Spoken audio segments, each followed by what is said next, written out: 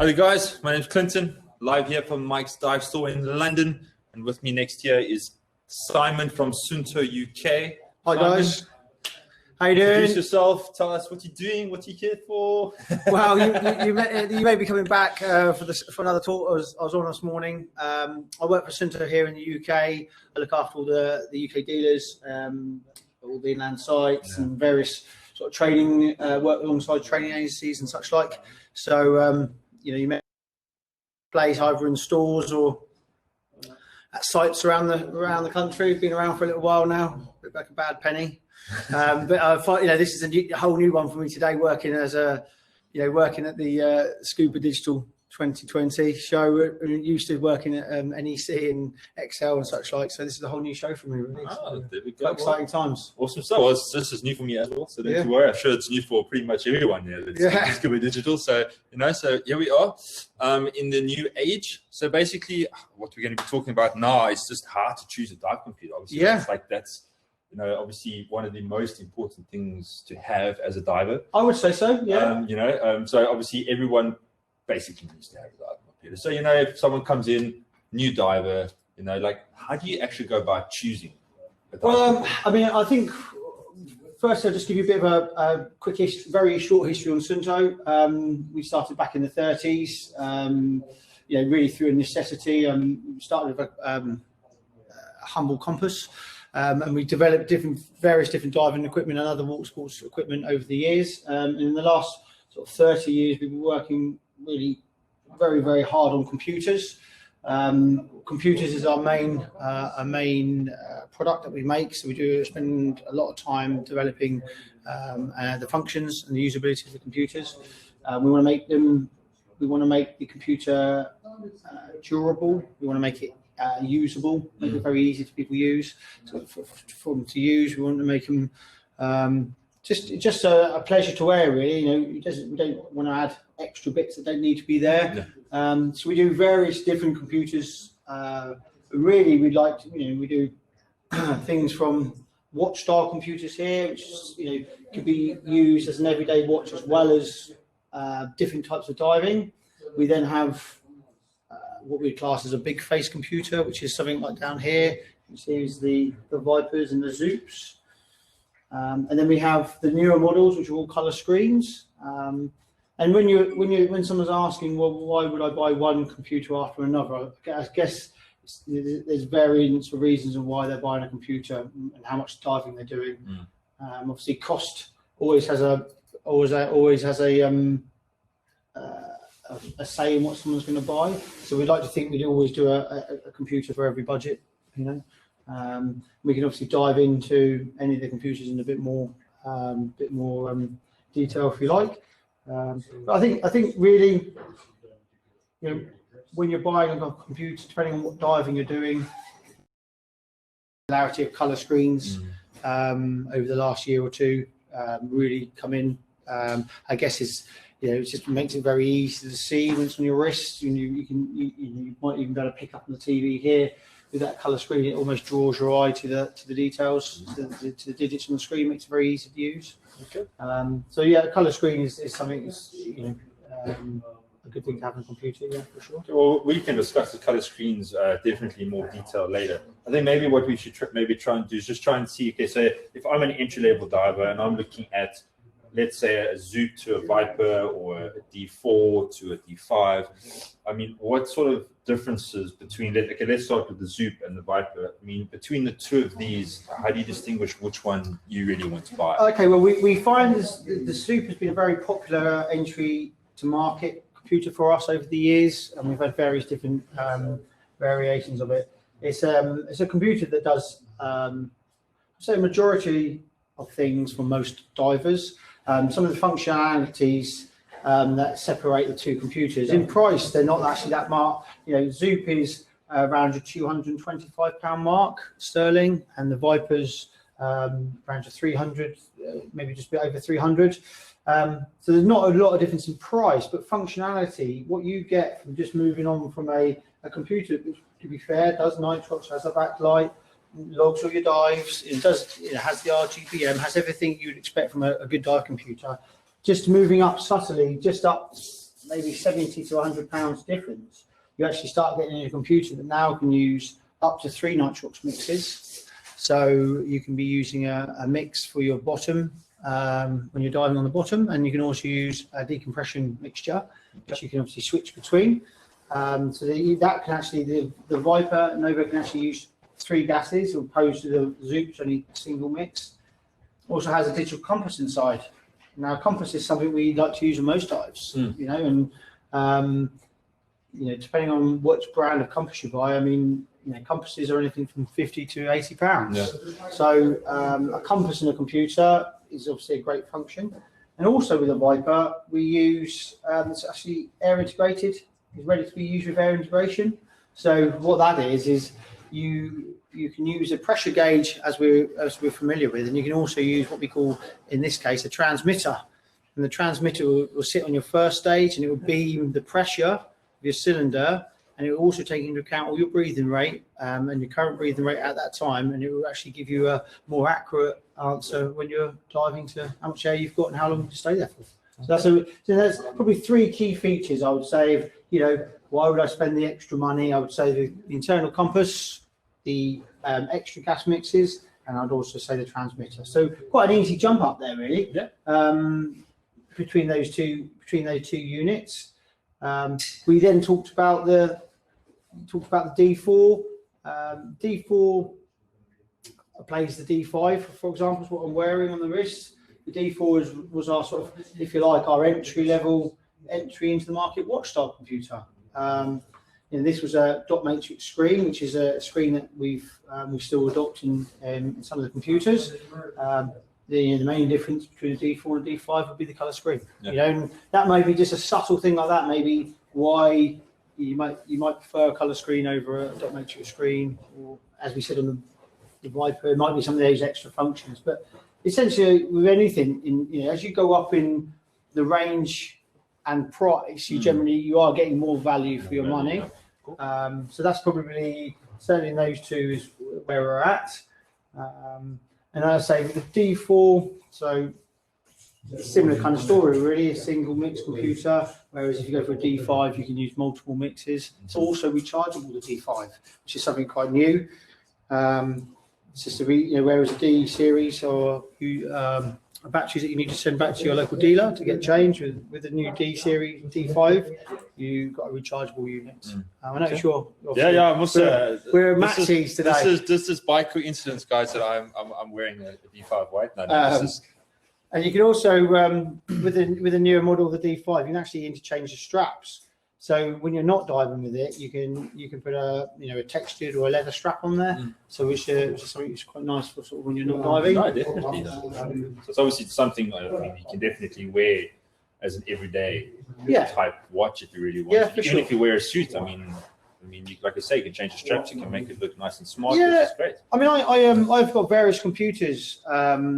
I've got various computers in my bag, as you would expect. You know, obviously working for a company that sells computers, having the fact I wear the watch every day, I always have another computer. When I dive, I tend to dive with another computer as well as the D5, and I find it very easy to see the screen. And I will find it very easy to see all our watch screens, but some people don't, and they find it easier to see something with big digits, much bigger digits, like a neon core. So that might be a reason. You might decide to buy a bigger face computer or a color screen computer because your eyes aren't as good as someone else's. You may see some of the functions and features on a neon core, which a bit different to some of the lower end computers. So I mean, with regards to the D5 neon core, it's obviously safe to say that obviously with the bigger screen, obviously if you do suffer from bad eyesight, this would be the better option to go for in terms of I would say so. I mean, the neon core we sell are very, very popular here in the UK for us. I think the screen layout is very clear.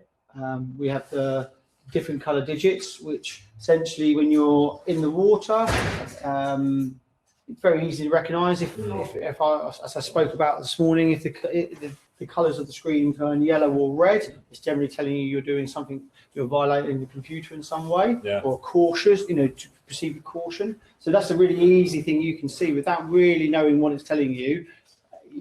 firstly, straight away you can see it's orange. It's a different colour that shouldn't be. And you can then address that issue by either maybe coming up a little bit or slowing your ascent or whatever. So it's quite a nice thing to have on there. Now, in terms of, I mean, if you look at the whole range of Suunto, the way the world's going now, everything's sort of digital. So in terms of like a manual or instructions, in terms of, say someone's never bought any computer before and they go straight to the Eon Core, what's the best way for them to learn how to actually operate this computer? Well, obviously, I'm going to tell you to read the instruction book first, because there's no substitute for reading the manual to get the best out of the computer. But what you will find with the Suunto, certainly the Core and all the most up-to-date computers, well, we always aim them to be intuitive, but these really are very, very simple. You're scrolling through and confirming. It's a really easy thing to do. So there's lots of customization you can do on the Eon Core and still the D5 through DM5. Is you can change what information you're seeing. You can really customize the screens to your own liking, which is great. So that means when you're in the water, if you decide to change some of the if you like factors on the screen, you can just see the things you want to see. Yeah. You don't necessarily have all the other bits that you're not interested in. And everyone's a bit different. Yeah, no, for sure, definitely. Obviously, now in terms of the D4, obviously there's quite a range of colours. At the Hi moment. guys, I'm hijacking your feed because we had a few questions coming in. It's just somebody asking if it's possible to see some of the computers up close as you're doing it. Any particular ones, or maybe just like the Viper, and then maybe seeing the difference between that and the Eon Steel, but maybe just sort of bring some of them up close to the camera so the guys can see as you're going along. And also, is there any chance that the chatting in the background can move, or is that a customer? That's a customer. All right, okay. Yeah, I'm afraid this is in the shop live. So yeah, sorry about that, guys. Live. This is the joys of being live in a busy London dive store. Exactly. So right, I'm checking out. All right, I'll leave you to it. So we were just talking about the colours on the D4. Let's just clear that. So we'll clear that one up for us.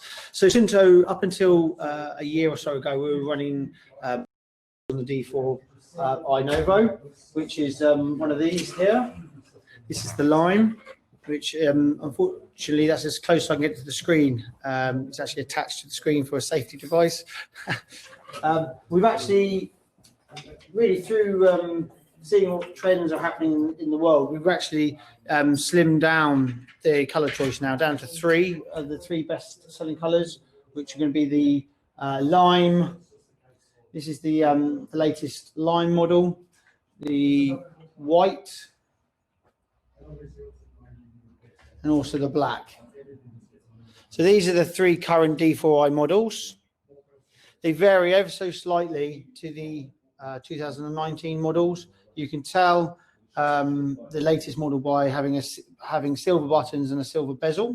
And we've also to try and bring the price in line, we've also taken some of the we've taken the USB cable out of the box and the strap out of the box, so actually make it a bit more to make a bit more sense of our pricing structure. So when we go from a £300 sterling watch here at the D4i, we then go up to the D5 545.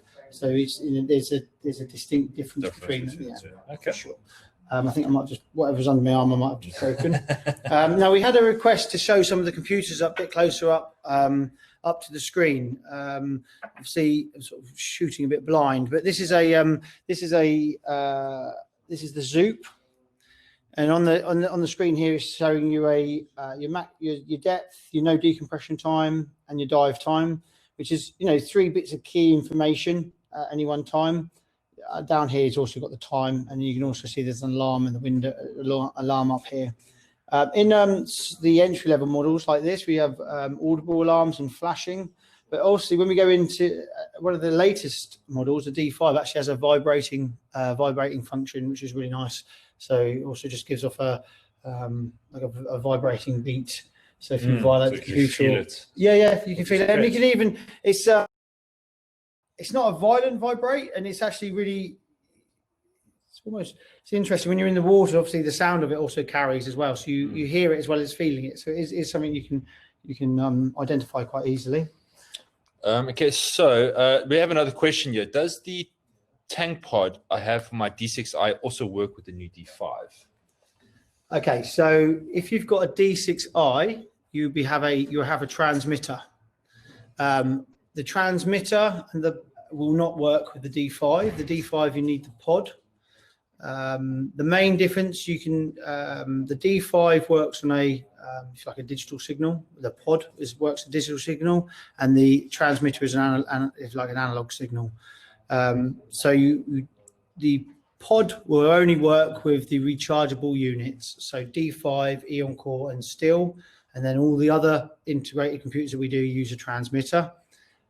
You'll be able to see visually the difference between a pod and a transmitter, because the pod has a silver strip on the side where you could write your name on it, and that's probably if you saw one in your hand, that's probably the quickest and easiest way to identify it.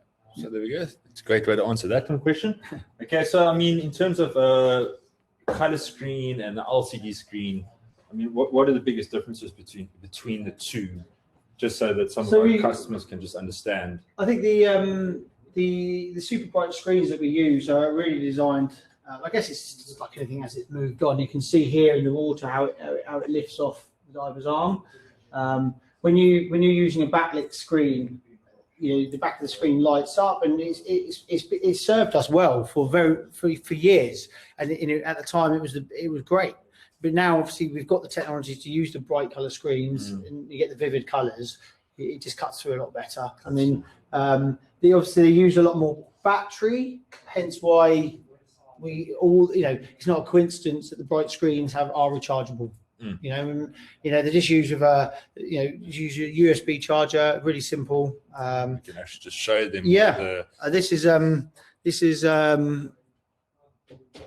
can see the digits there, here, and the grooves, and then you have a charging cable, which is actually just magnets. It's just a magnet onto it. It's very easy. It locates itself, and the charging typically is relatively short to charge the computers up.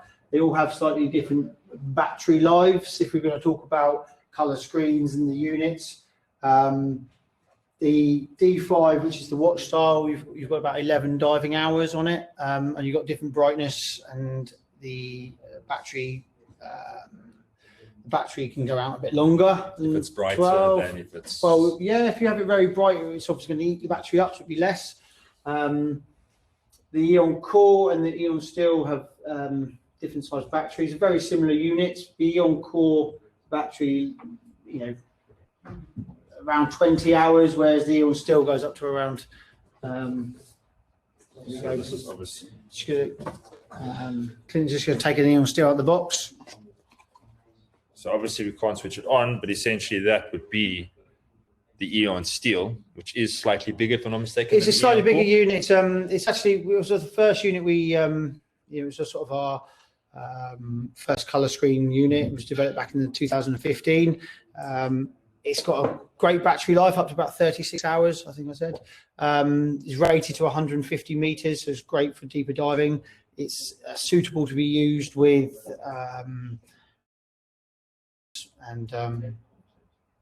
deep diving, multiple mixes, helium. It's a computer that pretty much does everything. And then when we developed the Eon Core, which is it has all the same, pretty much the same functionality to it, apart from the battery smaller.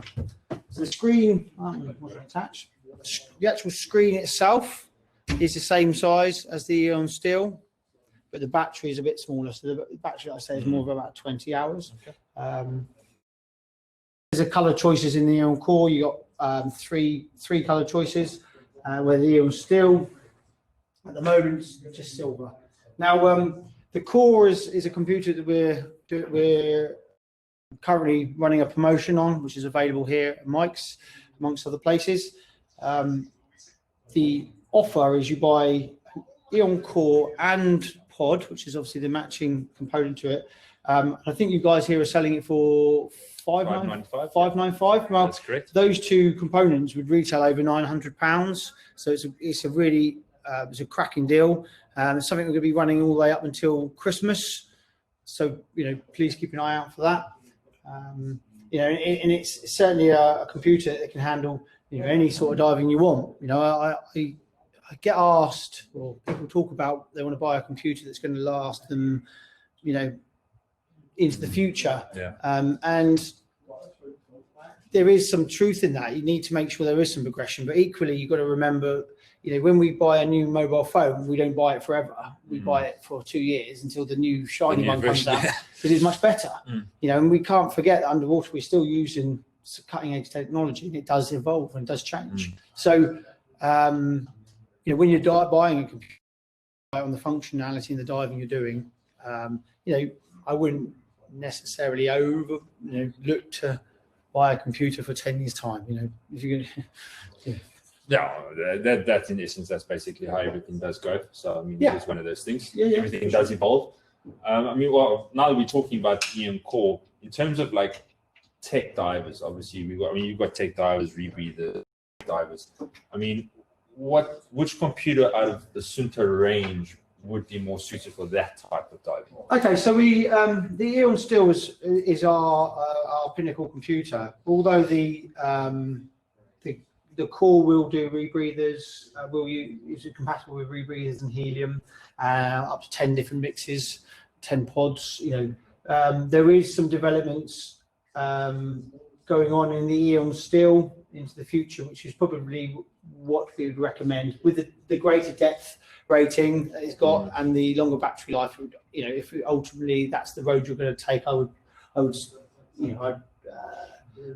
show you the Eon Steel for sure. Okay. However, I say, and that's only really from the depth and the battery life. Actually the computers are very, very similar in the functionality. So we find a lot of divers in the UK and globally, the Eon Core has been a really popular unit. There's lots of customization you can do to it. You can change the screens, you can change the angles of you can change them from the screen from 90 degrees. You can change all sorts of things on them. Okay, so we did have a question about it early on, but obviously transmitter pods, we get a lot of people that do get confused between the two. Obviously, you said with the rechargeable batteries that generally uses the pod. Correct. But if you can just explain a little bit more in terms of, like the biggest differences between the transmitter and the pod, because like I said, we do get a lot of people that. Okay, so the pod technology, the transmitter technology is where we started really. So I guess it's just like an older technology, whereas with the pod is a digital signal, so you won't lose the signal so easy.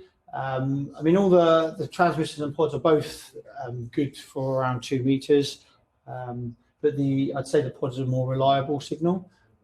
We do see some people putting them on short hoses to give them, for other reasons as well. To be fair, it's a tendency when you see transmitters and pods on first stages, there's always someone who's really helpful on the boat, and they pick your setup by your pod and transmitter. We often get problems with both really. So by putting them on a short hose, that can prolong the life. I know we go off for a bit of a tangent, but that's something. For sure. But the digital signal is just it's a newer signal now.